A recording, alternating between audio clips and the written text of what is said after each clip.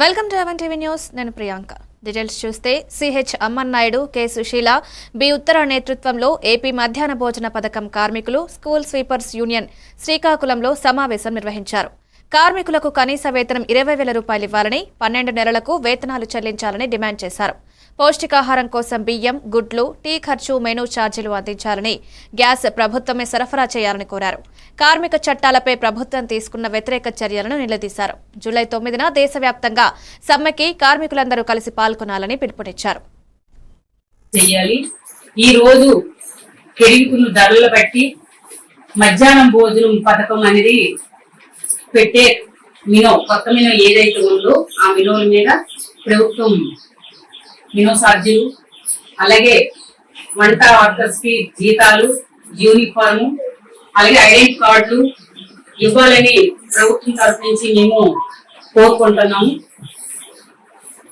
అలాగే అక్కడైతే ఏవైతే స్కూళ్ళు ఉన్నారో అక్కడ వంట కిచెన్లు, కనీసంగా కొన్ని స్కూల్కి వాటర్ సదుపాయం కూడా లేదు, కొన్ని స్కూల్కి వంట కిచెన్లు కూడా లేవు. అలాగే ప్రభుత్వం కూడా ఇవి స్పందించి గుర్తించి వంట కిచెన్లు, వంట చేయడానికి ఏదైతే ఇంపార్టెంట్ ఉన్న వాటర్ అవన్నీ కూడా గవర్నమెంట్ సప్లై చేయాలి. అలాగే మిడ్ డే మీల్స్ వాళ్ళకి కూడా అక్కడ ఏదైనా ప్రమాదం జరిగేటట్టయితే ప్రభుత్వమే దానికి బీమా పథకం అనేది ఇవ్వాలి. చాలా ఎంతవరకు గతంలో చాలా వరకు ఇలాగే వంటలు చేస్తుండగా కూడా జాడపేట గ్రామంలో పద్మావతి ఆవిడ ఖాళీ బూడిదైపోయింది, కానీ ఇప్పటికి కూడా ఆవిడకి ఏం న్యాయం జరగలేదు.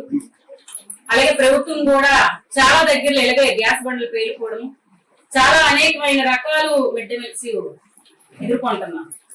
అదే నా పేరు బి ఉత్తర, మిడ్ డే మీల్స్ జిల్లా సెక్రటరీ.